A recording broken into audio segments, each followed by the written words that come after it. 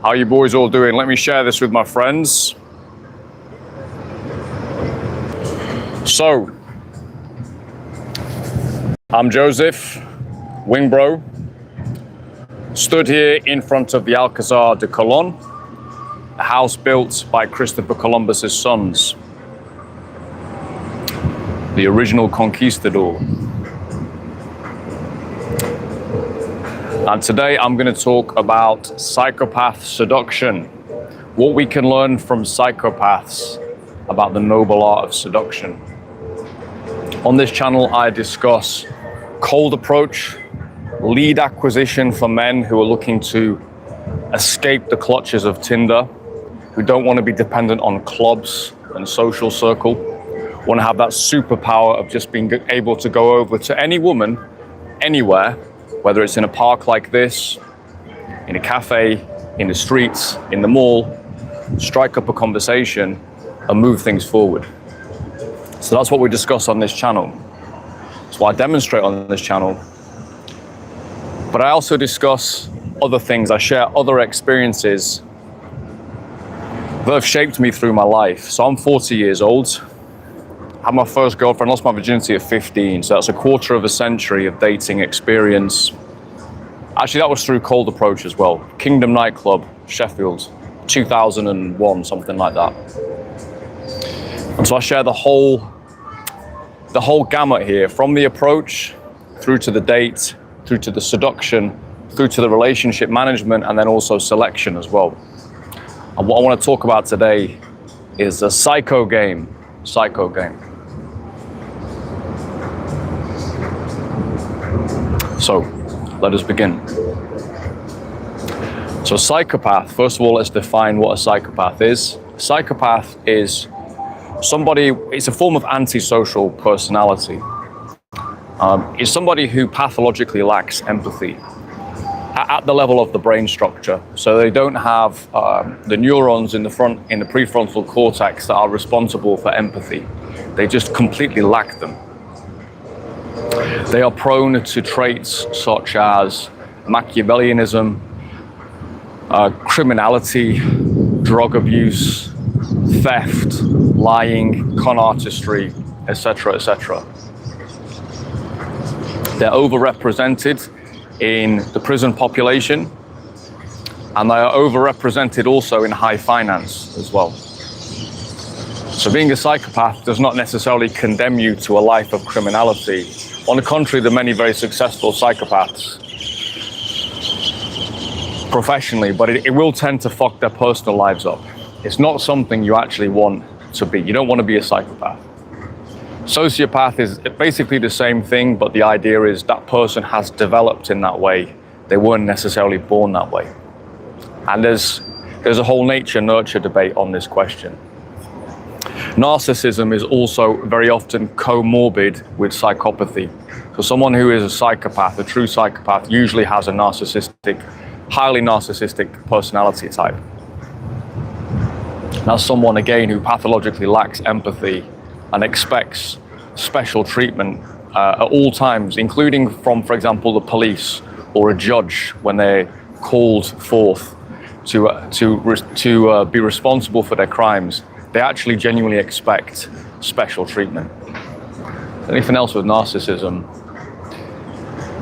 Yeah, the narcissist also has a very weak sense of internal self as well. So they have to draw admiration on a constant basis from others. It goes beyond the normal desire for recognition, desire for excellence, which I think everybody has. Women have it, men have it. A little bit of vanity is fine.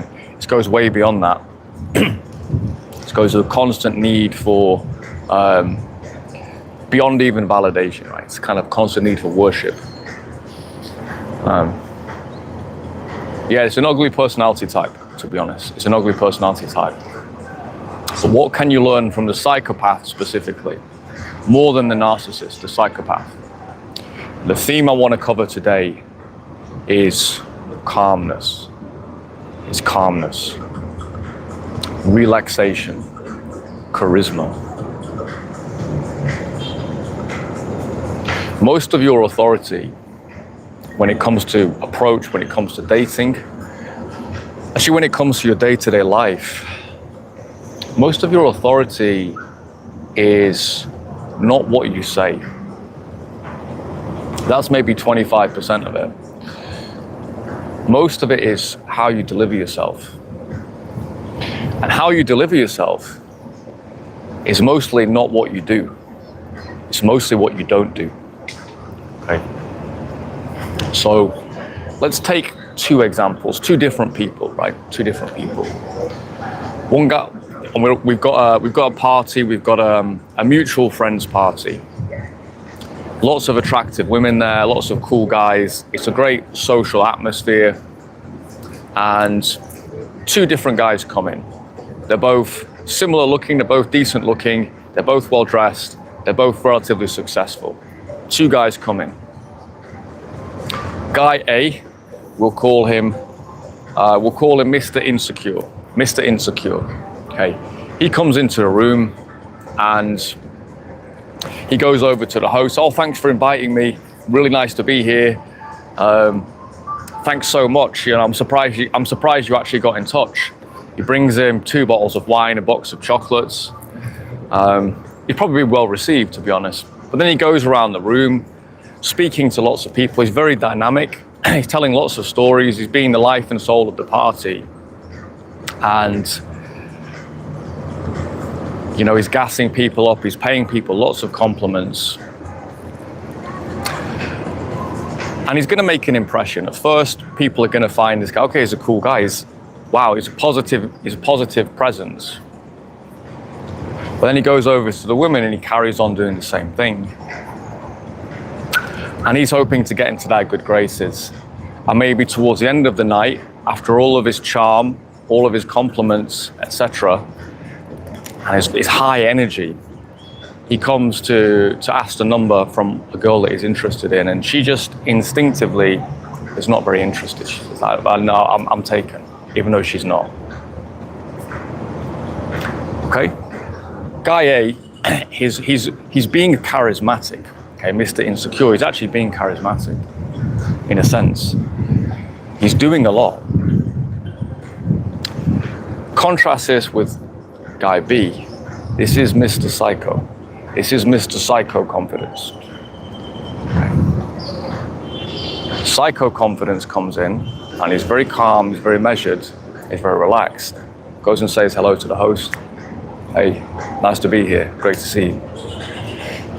And then he just proceeds to go about his evening, chatting to different people, listening to people. Not being overly expressive, but still being calm, grounded, and talking and sharing, you know, just normal stuff. And then when he goes to engage with the women, they start to feel a little frisson of excitement, a little frisson inside them. Like, who is this guy? This guy feels a little bit different. And when Mr. Cool Psycho goes for the number, it's a different energy, it's a relaxed energy. I want to take your number. What are you doing tomorrow? It's a different energy. He's not trying to prove himself. He's actually going to take. He's not going to give, he's going to take. And the girl's intrigued. She's even possibly sexually excited. And so he succeeds. He gets his number. And he leaves the party and people thinking, this guy's a mysterious guy. He's a cool guy, this guy. He leaves the crowd wanting more, essentially. So guy A, very dynamic. And guy B, just very calm and composed. And not doing that much. Not doing very much at all. Doing the basics, you know, fundamental, like just strong eye contact, good vocal tonality I talk about on this channel.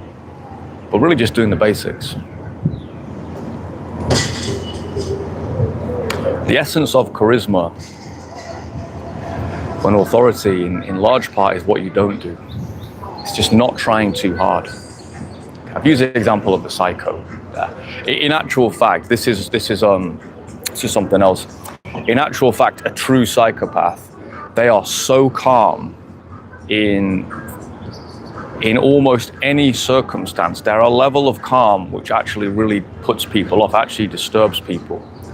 Even, for example, police arriving at a murder scene, the guy's still got the machete or chainsaw in his hand, and he's just totally calm, totally relaxed, like he's just having a cup of tea, like nothing's happened. After committing a heinous crime.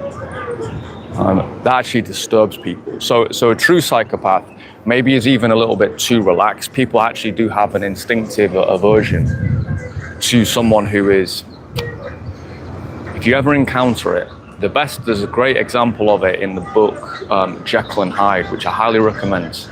The Scottish writer Robert Louis Stevenson. And there's a point where Mr. Hyde, he's just done something horrible. He's trampled a young girl in the streets, walked over her, stamped her. Horrifying sight.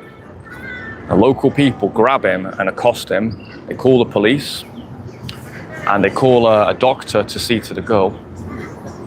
And the doctor speaks to the guy, the criminal, Mr. Hyde. And the observer says, I could see in the doctor's eyes, he had a wicked desire to kill this guy. So a natural aversion just made this doctor feel disgusted by this person. The policeman as well feels like the whole crowd is just kind of disturbed by this guy. And he said, basically the guy's response is so calm, even when he's been accosted, even when he's been attacked. And Stevenson describes him as pulling it off quite like Satan. Something along those lines. So he's kind of like, he's satanically calm. So most normal people have a slight aversion to that. That's too far. I use the word psychopath really as an illustration and just to make the title a bit more provocative. But actually it's mostly about calmness. It's about grounded authority. That's really what it is. The psychopaths have that. It's one thing that's to their advantage, but they don't have a lot of other things. Yeah? You actually do want empathy. Empathy is actually a good thing, right? You're going to struggle long term if you are just a pure psychopath. So I'm not advocating that, obviously. Yeah, but there is something you can learn from these people. There is something you can learn from them. I think a lot of the space, if I look back to, so I've been interested in improving my social skills, learning about psychology, charisma, really my whole life, actually. But obviously you start to date. I was going on instinct my first 5 years of dating from 15 to 20. And those instincts served me very well. And then I moved to the south of England from the north, which is a very different culture down south. I moved to a very upper middle class part of the south. And all of a sudden, I'm in a totally different environment, which in retrospect, I just didn't fit in, which is fine. And I didn't, it sort of put me on the back foot a little bit in terms of how I approached, women. It's a much more, I don't know, it's a kind of pony riding girl culture. It wasn't my scene at all. And so I had a good few years, like maybe 2-3 years of a dry spell, really. Not completely dry, but from about 21 to 22, 23, limited. And I think that's when the book The Game came out. A big, massive book that launched this whole space of male improvement. And so I read that book, and I didn't realize at the time, it was actually not designed for guys like me. It was really designed for totally, really socially struggling nerds. I wasn't that. I was just trying to improve. So I read that book, I applied some of the things, did some of these things like palm reading, different things about charisma. And a lot of this space over the years, think of the company RSD, Real Social Dynamics, I would tune into those guys now and then. And a lot of what they taught was very high energy, so-called charisma. It's great for public speaking and motivation, but it's actually terrible for women. It's pretty bad actually for women. So the whole space, unfortunately, was designed by essentially nerds for nerds. And it was like the blind leading the blind, really. The first generation of these guys. And so I found whenever I would apply anything they taught, I'd go out and I'd go, right, I'm going to try this RSD stuff on a Friday night. And I would come up empty-handed. And I would go hell for leather as well. I was in my late 20s at this point, like mid to late 20s. Bags of energy. And whilst I would get, some entertaining sets, and I would pull some girls definitely here and there, I'd see other guys doing a lot less. And it would frustrate me. I think, am I just a dancing buffoon here? I'm not insecure, I just want to be effective. Really, that was what I was looking to do, to be as effective as possible. Because I also realized you have to do something as a guy. You can't just sit on the sidelines and be Mr. Cool smoking a cigarette, not doing anything. Yeah? That's what the guys in Serbia do. The girls are not going to approach you, man. You need to do something.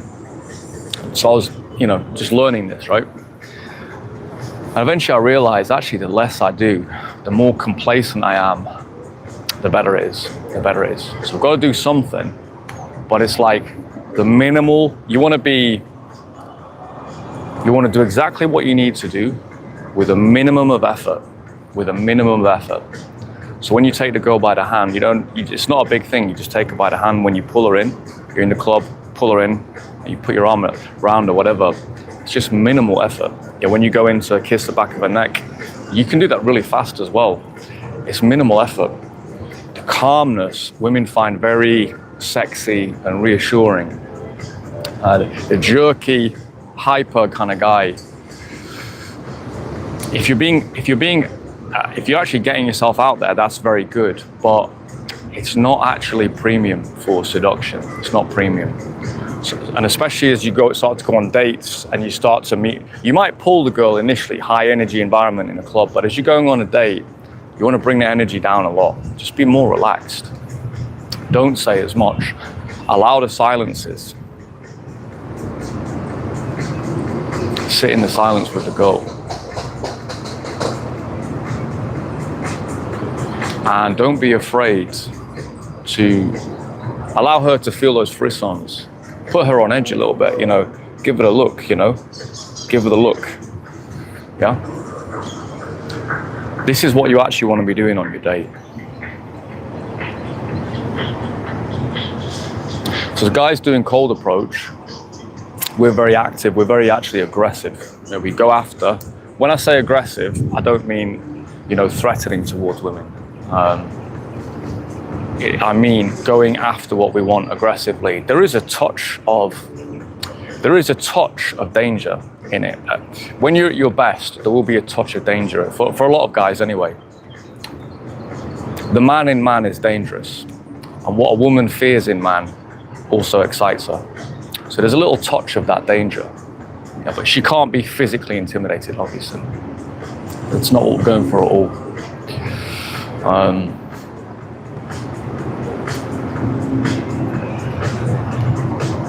And you just allow her to sit with that excitement. You allow her to feel that excitement. And you can definitely be more dynamic in your approach itself. You definitely can be. As things move forward, you want to actually bring that back, reduce it. And the top echelon of all of this is where this is what I would call a platform effect. I'll just go on a side tangent here. This is a really cool effect where a guy is in the middle of some kind of a scene of some description. So perhaps he's a DJ, perhaps he's a dance teacher, perhaps he's even just a manager in a restaurant. He's kind of in the middle of things. He's got a bit of status in that micro environment. Now, it just so happens in that micro environment, if he's a dance teacher or a DJ or a restaurant owner or a bar owner, in that micro environment, it just so happens there's a lot of hot women there. Yeah, good place to have that little bit of status and that platform. Even bartenders have it as well. And these guys can really just do the absolute minimum, really just the minimum, and let the platform work for them. That's actually what you want to do, just let the platform work for you. And then you just take a few steps forward. Some girls will just throw themselves at guys like that, but then normally you just take a few steps forward and the girl just melts. So I spent 4 years as a club promoter. It's a side business to my main business. It was one of the best things I've ever done. It was something, as soon as I got into the nightlife scene and I saw this as an area of my life that I wanted to develop. I'm just gonna put my cap on. The challenges have been a bald eagle out here. There we go, got the wing bro symbol on here. I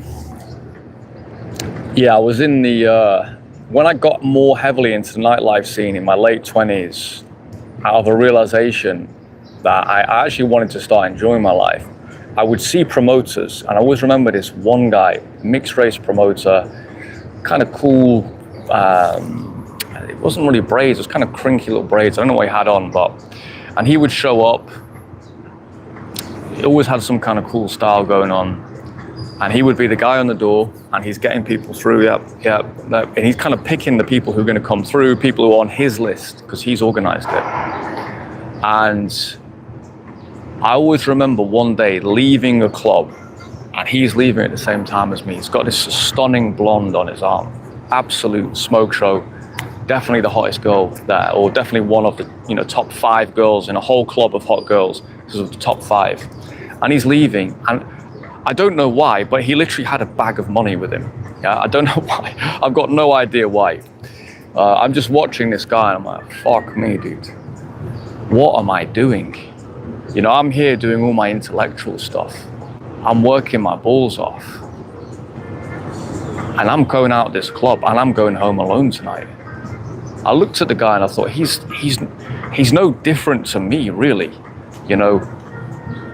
There's nothing he particularly has that I don't. See, we look different and stuff, but there's nothing special about this guy. I really remember that image. I thought, okay, the club promoter, he's kind of the king in here. You have the owners, but that's a different level because you have to have big finances. The ownership of a club. Half the time they won't even be in the club. Half the time they'll literally be on a boat in the south of France. I mean that literally. A lot of the club owners in the UK, they don't even live in the UK. Even in places like Newcastle, Sheffield, Manchester, a lot of the owners of those clubs, they don't even live in the UK. It's a big business, man. You think about how much money has been turned over, it can be big business.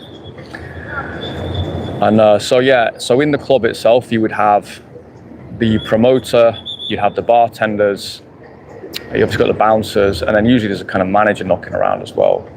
And they all do have more status than anyone else in the club. It's really bizarre. They probably have about as much status, honestly, as like a Premier League footballer. It's totally, absolutely disproportionate to what they should have as minimum wage workers, especially if they work on the bar. My friend Senator Winner, you can see him on one of my lives. He was a bartender in LA during the early 2000s and mid 2000s. He's also an actor as well, very charismatic, good looking guy. And he's got endless stories about this, how girls would just throw themselves at him. And I know it's the truth. I mean, it's even more the case in like the LA nightclub scene. Now, I've seen this all firsthand. And I identified the promoter as that's something I'd like to do. I don't want to work in a bar particularly. I don't want to get into the scene. Like, I don't want to own a club. I don't want it to be my life. But I think I could be a promoter. I think I could do it.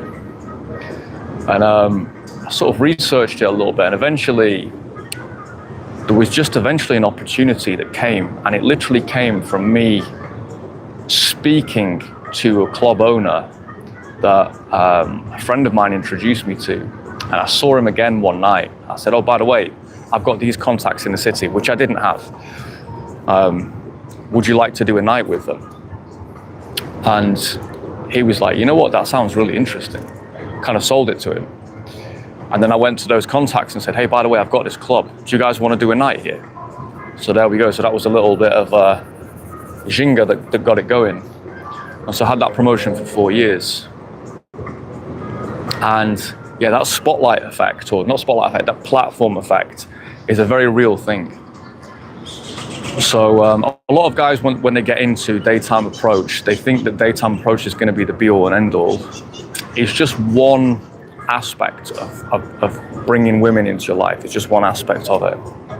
What I love about it is it's a Swiss Army knife. You can take it out and deploy it anywhere, absolutely anywhere. And in that sense, it is the best. In that sense, there is no doubt it's the best. You're not dependent on anything else. You just got that Swiss Army knife effect.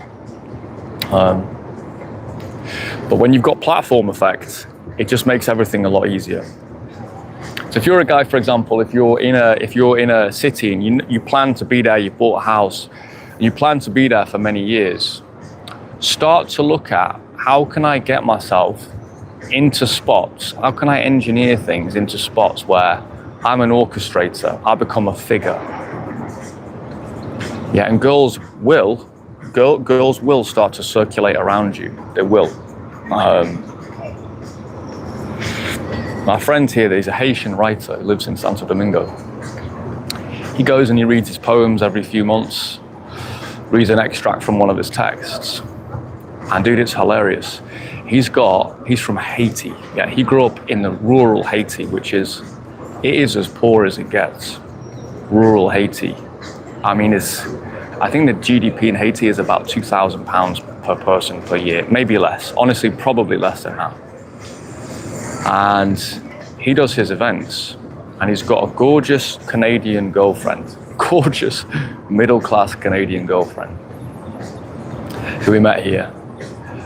And then at his events, he's got all these groupies that come to meet him. And I'm talking 5 or 6 really fit girls that come to see him, just see him, you know? So anyone who thinks you have to be monies, you have to be, the guy is from Haiti. He's got an all right little job, but he's just passionate about his poetry and his writing, and he goes to events, and women love that shit. They circulate around him to create a little platform for himself. And you know, even his girlfriend, who's from Canada, who's got she's probably earning 5x what he is at least, and she's kind of competing for his attention, right, with all these other girls. So that's called the platform effect. He really doesn't have to do very much at all. And men have got it badly wrong in 2025, 2026. I'm going back in time here, 2026. Thinking that, you know, money, look, status is the be all and end all. You're really shooting yourself in the foot, guys. I was on a call with a guy a few months ago who he mentioned to me one of his hobbies was writing and literature. And he thought this would be very unattractive to women because it's nerdy or something, I don't know, philosophical, analytical. And that's not true at all. That's actually not true at all. I think I maybe mentioned my friend. So use whatever talents and interests you have and see if you can create that platform for yourself. Usually there's a way to do it. If you're interested in this, let me know in the comments, because this is something I actually can really brainstorm effectively. This is real insider stuff, to be honest. I think it's stuff that most people in the space have not seen. You know, I've been around the club scene since I was 15 to 37. No, sorry, not 37, 15 to 35. And so I've seen all of this stuff. It's nothing magical about me. I've just been around that scene for 20 years, the ins and outs of it. And I realized the same principles apply all over the place.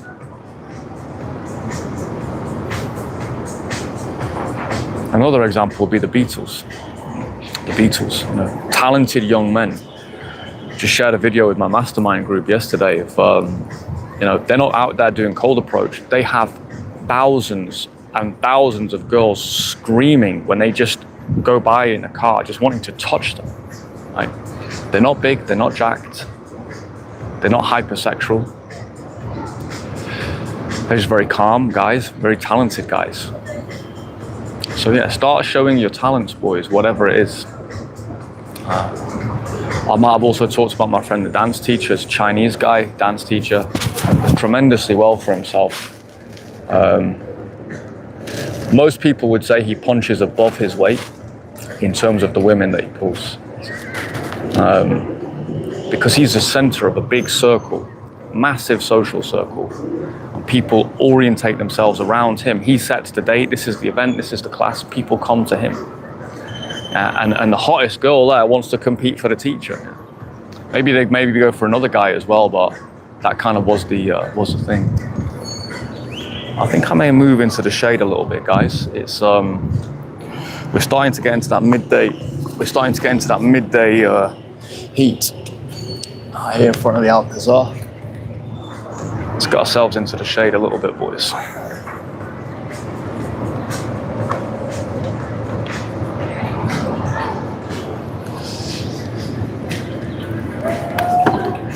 Yeah, so out here in Dominican, I could very comfortably have like just a vest on or be in skins right now. Actually, I can take the hat off now. I could very comfortably be in skins right now, but it's actually nice just to wear a shirt just so you can keep yourself covered.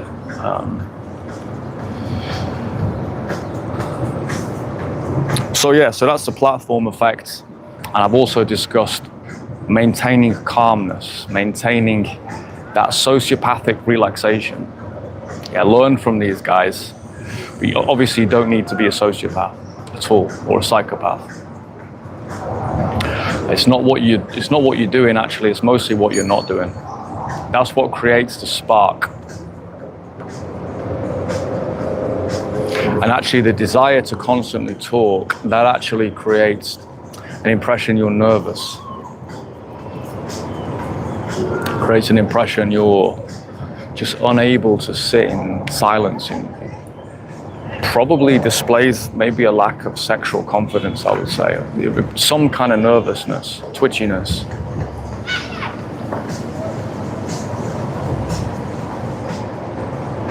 This is one of those things. I work with intelligent guys, actually mostly highly intelligent guys who are attracted to my channel. And this is something that can inadvertently affect some very intelligent guys, because intelligence to some extent is a function of speed. So someone's got a very fast synapses in their brain, it's literally synaptic. They're very lit up. And that's a great genetic blessing. It means you can learn quickly, and you can make associations quickly. It's not the be-all and end-all, obviously. There's very high IQ people that can end up in some atrocious situations, unfortunately. But it's still a gift. And they're thinkers as well. And one of the things that actually messes those guys up, and this has also messed me up in the past as well, with their approach and with women, is their speed. They see a woman in front of them, they're like, okay, well, how do I seduce this girl? They start to problem solve, and they go into this speed thinking mode in some cases. And then they might start to talk more quickly, they might get excited, and they're thinking about what to say next. And unfortunately, that kills attention. It makes them look nervous and needy.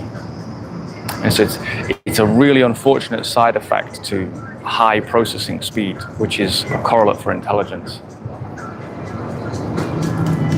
So if that is you, if you're one of these intelligent, analytical guys or artistic guys, and you're just full of ideas, bang, bang, bang, bang, just realize when you're with women, on your dates and on your approaches, just want to calm that down a little bit. Just bring it down, maybe 30-40% to begin with. And maybe some guys, this honestly needs to be down about 90%. Environmentally as well, this also, I remember after my, so I wanted to be a footballer when I was growing up, and that was my main focus. But I was also a studious kid as well. So I was smart and I was studious. I obviously realized the odds of actually becoming a professional footballer are not particularly high. I was from a studious family as well. And so I continued to study, and then at a certain point, I think I was 19, my contract did not get renewed. at the club I was at, I started to look around me and say, wow, I mean, do I want to stake my future? I felt like my future was not in my hands. It's like, this manager likes me a bit, this manager loves me, this manager doesn't like me at all. And it really is like that. If you're like the top of the top, you're Ronaldo, well, every manager, they can't do without you. But if you're, you're just a good player, could be the case. I like this guy, he's technical, yeah, I'll have him. And then the next manager comes in and is like, nah, I don't need him, man. I need a guy who's 6'2", who's going to be dominant in the air. That's how I want to play. And so you can sort of you just feel like your future's not in your hands. That's how I felt anyway. And I wasn't good enough to know, no matter what person comes in, they have to pick me, and I'm going to have a first team career. And I saw guys who were as good as me, even one or two who they were technically more advanced than me. I remember one guy getting released. I thought, fuck me, that guy's he's unbelievable. How have they released him? He actually did go on to have a professional career. Anyway, I don't want to talk about football too much on this live, but I ended up going to university. So I ended up really studying really, really hard. And I put all that energy that I'd been putting into football, I put it all into my studies, like every single thing. Because I had this mentality of like, I know what real competition is from football. I know what top 0.2% competition is. So if I put that same aggression into studying, I'll be able to defeat even students who are more talented than me. I'll just be able to defeat them because I'm willing to go to the absolute edge more probably than they are. And that was my attitude with it. It was like this aggressive male competition with something to prove. And so I actually did really well in my studies. Came in a little bit later than everyone else, but did really well. Anyway, so go through my studies and everything and start working and everything. But I remember that period when I first finished my studies, being in this very mentally cognitive space. I always remember a date I was on. There's a girl, beautiful girl that I approached in Sheffield.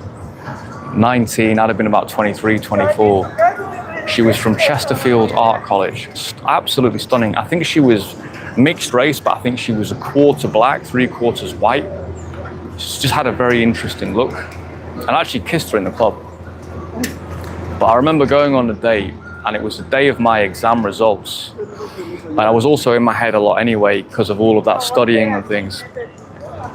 And I just remember being so agitated on this date and so hyper, and almost felt like I was being examined by this girl. I was still in that frame of mind that I'm being judged. And yeah, the girl just never got back to me. We just had like a 1 or 2 drinks, and then she never got back to me. And in retrospect, if I'd just been relaxed, if I just had the current wing bro to tell me, dude, just bring it down like 90%, yeah? Just make sure you have some nice silences on the date. Yeah, you don't need to prove you're intelligent, my friends. She goes to Chesterfield Art College, yeah? You do not need to be Albert Einstein to bone this girl. Yeah, in retrospect, that's what I needed. I remember actually asking a friend of mine, a girl, like what I should do. She gave me the worst advice imaginable. She said, what you need to do, go into a place of work and make a grand gesture. That's what she said. She obviously just consumed Hollywood films. In retrospect, she was a virgin, so I don't know what the fuck I asked her. She's a 23-year-old virgin. So yeah, this relaxation, I understand where it comes from because I've been there. So just realize you are plastic. You're not set one way for the rest of your life. You know, the environments change, your life changes, and yeah, you can bring yourself into this calmer psychopath space, right? The last thing about psychopaths I'll say, just to bring it back round, is there is a shamelessness as well. Being shameless is very important. There's a lot of sexual shame that's been instilled in men in the West. There's just a lot of shame in the West in general. And it's interesting to see how culture, the wider culture, has actually really infected the brain of so many men in Western Europe. You think it doesn't affect you. You think you're just you're going through life and you're just your own individual. It's really unfortunately that's not the case. And guys have a lot of sexual shame. It's not all right for me to go and approach the girl. It's not all right for me to be sexual to them. It's all right to have a gay pride parade through the middle of a fucking, a kid's park. Yeah, but it's not all right for a heterosexual man to go and approach a beautiful woman. It's fucked up, isn't it? Right? So there's a lot of that sexual shame, and the thing that the sociopath has and the deviant has is they're not ashamed, or they're actually proud of themselves. They actually love themselves, especially the narcissist. Well, narcissist is a bit different. Depends. Sometimes that apparent self-love is actually just massive insecurity, but the sociopath is shameless. Again, it's to his advantage. So inadvertently, what the culture has done is it's conditioned all of the normal, decent guys into being shy, into feeling the need to prove themselves, and to sexual shame. That's what the culture has actually done, fortunately. And so the people who are truly non-responsive to that are the people with like neurological problems, like sociopathy. Right? They don't care. So inadvertently, you've made those men the most attractive. So these studies about how dark triad men are the most attractive and stuff, or they've become very attractive to women, that's purely because the other men have been essentially cucked out of their own attractiveness. And if you actually brought them back into normality, which is what I want to do on my channel, is bring really good guys and bring them to the front of the queue where they belong. Just making some adjustments so that they can begin to go over, start their cold approach journey, improve their dating, and improve their options. The more guys that have this knowledge, the better humanity is going to be. You're going to find those sociopathic guys, they're going to fall by the wayside, because ultimately, the decent guy who does the right stuff, who's actually sexually shameless, sexually confident, turns the girl on, is relaxed, he will always win. He will always win. That is actually what girls want. So what I want to do is bring the quality guys to the front of the queue where they belong. It is absolutely ridiculous that, guys who've got it all, physically good, smart, personable, guys who've got it all are iced out by guys who are fucking complete idiots. It's completely ridiculous. So my mission is to bring those guys to the front of the queue. Yeah? And we can do that. We can do that here together. So yeah, boys, stay calm, stay collected, and just remember, charisma, a lot of it is just what you don't do. A lot of it's what you don't do.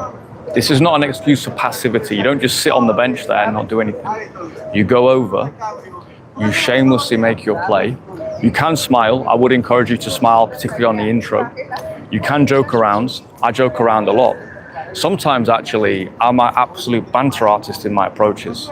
But that's just because I just see some girls that I want to bully them. It's not really to gain approval. At least nowadays it's not. Maybe in the past it may have been, but at least nowadays it's not. Calmness, sexual shamelessness, and also being active as well. So it's not an excuse for passivity, quite the opposite.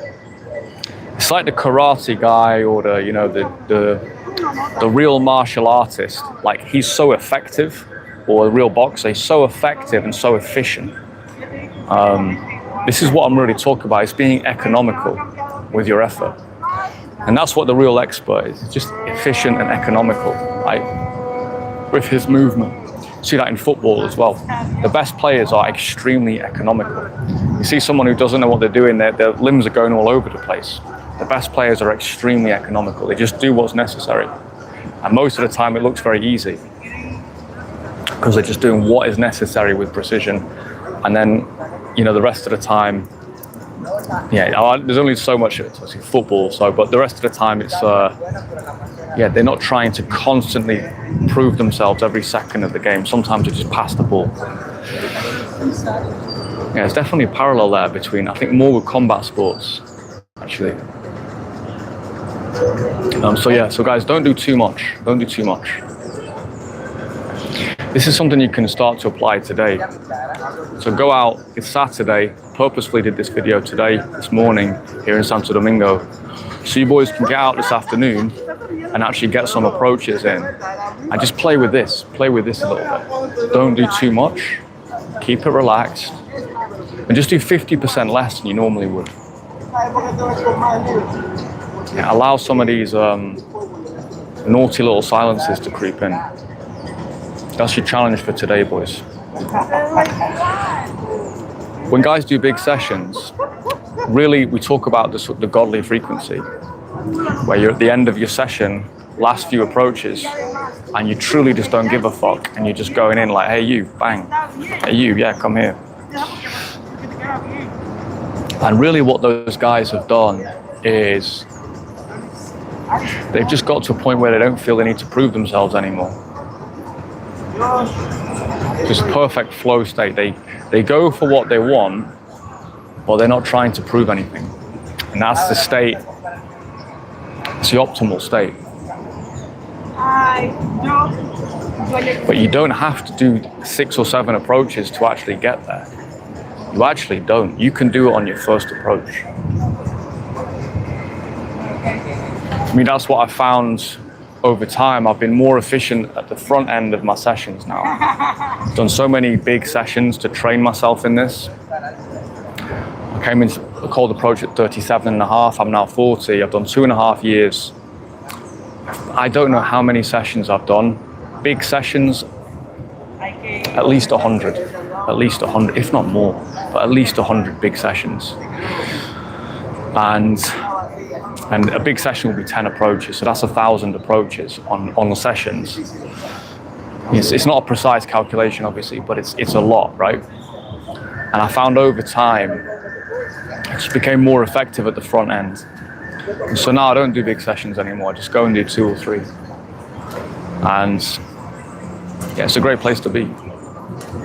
Now I don't even, I mean, I've been being very chill in Santo Domingo since I got here in September. I've not done a single big session, and I've already got more than I can handle, to be honest, in terms of women around. That's partly due to the location. But it's also in large part due to my efficiency. Just go in 1, 2, 3 approaches, because I'm much better now on the front end, the first few. There's really nothing special about that. It's just exposure and learning to be increasingly calm and just composed and relaxed in the daytime. So if I can do it, you can do it too. Yeah, at the moment, boys, I'm not offering any coaching for the next couple of months. So I'm just going to be continuing to do lives. I'll show you some infields when I go up to Santiago in the next couple of weeks. You'll see the babes out here. For guys who are interested in tropical immersion, that's something I'm actually thinking about doing going forward. So if you are interested in coming out to the tropics, you're interested in these, I would describe these women as hyper stimulus. Like the bodies are, if you like curves or athletic women, and you like that kind of mixed race, tan, sandy color of girl, you like girls who are passionate, who like to dance, who are also conservative as well. They're also quite low exposure, to use an internet phrase. In many cases, you can meet like 21, 22, even 23-year-old virgins, but they're still sexy naturally. Beautiful, curly hair. There's white Latinas as well here, then there's the Haitian girls as well. Complete span of women. If you're interested in that, and you want to learn daytime approach and completely remove this issue from your life, so that getting a girlfriend just becomes a case of selection and it becomes a case of time management. You want to completely remove this issue from your life, and you're interested in maybe the international lifestyle as well, coming out to meet the Wing Bros, seeing what it's all about. I'll be in Santo Domingo at least until the end of June. So I may be opening some slots in May, June time for guys who are interested.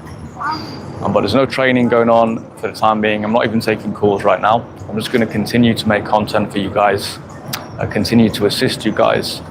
But yeah, for people who are interested at a future date, yeah, just look out for that when I open again, when I announce that. And we'll see regarding the summer, we'll see. Belgrade is certainly calling this summer, July, August. There's definitely an attraction for me to go back there. There's definitely some girls I can go and see back there after last year. But we'll see. You know, the Americas are a great place right now. This whole continent is just booming right now. After the Big Daddy came back in North America, the whole continent is just buzzing, you know. The commies in Cuba are going to be getting taken out soon enough. So you'll be able to find yourself a Cuban girlfriend. You can buy a house in Varadero for $8 grand, by the way. That's not even bullshit. Houses in Varadero, which is a middle-class part of Havana, they're going for $8 grand right now. We've got Milei down in Argentina doing his thing. Tenfold reducing inflation in Argentina, which is an incredible achievement. You've got Bukele in El Salvador, who's it's turned from the most dangerous country in the Americas to the most safe country in the Americas under his tenure. Check him out, he's a cool guy. Bukele, El Salvador, they accept Bitcoin as legal tender. There's just a lot going on in the Americas right now. It's an amazing place to be, so it may be the case I'll stay out here for the summer, I don't know. Yeah, Serbia is very special though, it's got a very special place in my heart, so we'll see. Yeah, the international lifestyle and dating internationally, that's also something I think some of the guys who get interested in my content, that's another thing as well. You know, because I can give you insides and outsides on that. I've been a full-time nomad for 6 years, so I've been all over the place. And even before that, I was working internationally as well. So, yeah, that's enough self-promotion there for today, boys. We'll leave things there. It's been a beautiful live. And we'll just, yeah, here we go. Casa de Colón. There's no place in the world I would rather do a live. There's no place I would rather be. It's just so inspiring to see this every week I come and see this, at least a few times a week. You know, you ever feel like you can't do something? You ever feel beaten down by the country you're in, the place you're in, the relationship you're in? Just remember these guys, man. Just remember these guys. Yeah? What they did, crossed the fucking ocean on a block of wood for 6 weeks with facing almost certain death. And they just kept going. They found the right captain. And they founded the new world. Everything from Patagonia up to Canada came about as a result of this guy here. This is just a special aspect of Santo Domingo. It's the first colonial city of the Americas.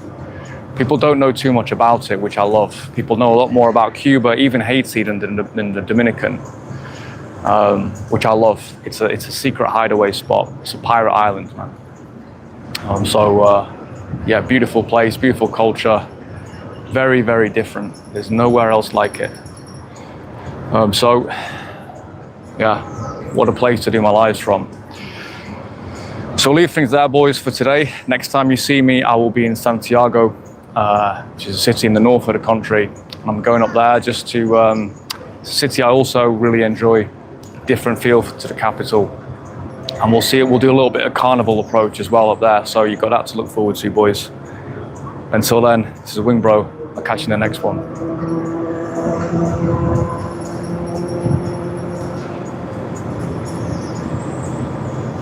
What's going on here with my live? I think my camera's frozen. I've been rambling on too long.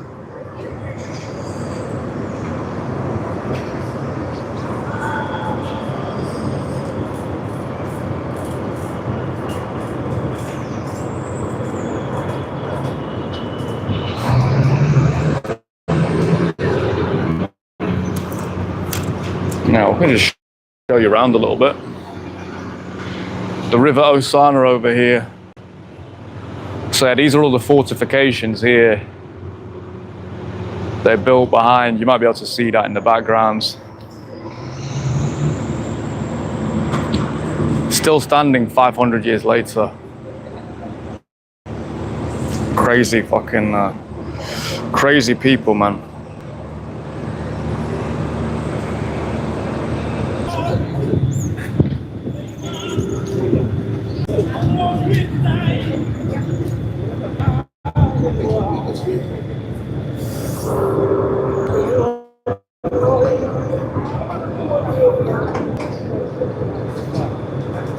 Never ending live. What the hell's going on here?